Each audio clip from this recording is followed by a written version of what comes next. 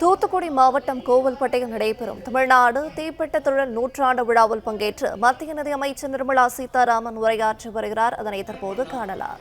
நம்ம தென் தமிழ்நாட்டில் இன்னும் என்ன வேலை இருக்கு, ப்ராஸ்பெக்ட்ஸ் என்ன இருக்கு, ஃபியூச்சருக்கு என்னதான் பண்ண முடியும் அதையும் எடுத்து சொல்ற மாதிரி தென் மாவட்டங்களுக்கு பக்கத்திலே உட்கார்ந்துருக்காங்க எம்எல்ஏ அம்மா, கொங்கு அம்மா.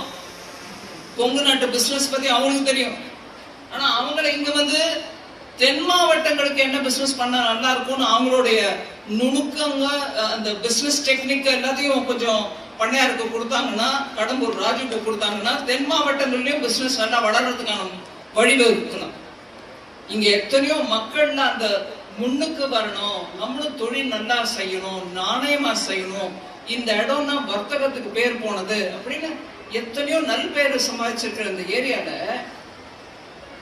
அடுத்து 20 வருஷம் 22 வருஷத்துக்குள்ள 2047க்கு முன்ன நல்ல முயற்சி, நல்ல திட்டங்கள் மூலமா இந்த மாவட்டங்கள் எல்லாத்தையும் முன்னுக்கு எடுத்துட்டு வரணும். அதுக்கான முயற்சியில நம்ம எல்லாரும் ஈடுபடுவோம்.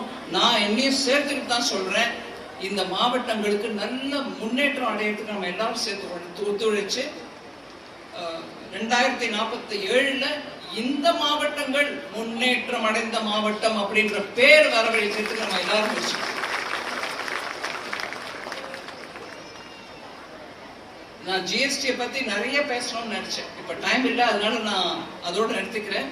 பிளே ஸ்டோர் மற்றும் ஆப் ஸ்டோரில் இருந்து பாலிமர் செயலியை QR கோடு மூலம் பதிவிறக்கம் செய்யுங்கள். செய்திகளை உடனுக்குடன் பெறுங்கள்.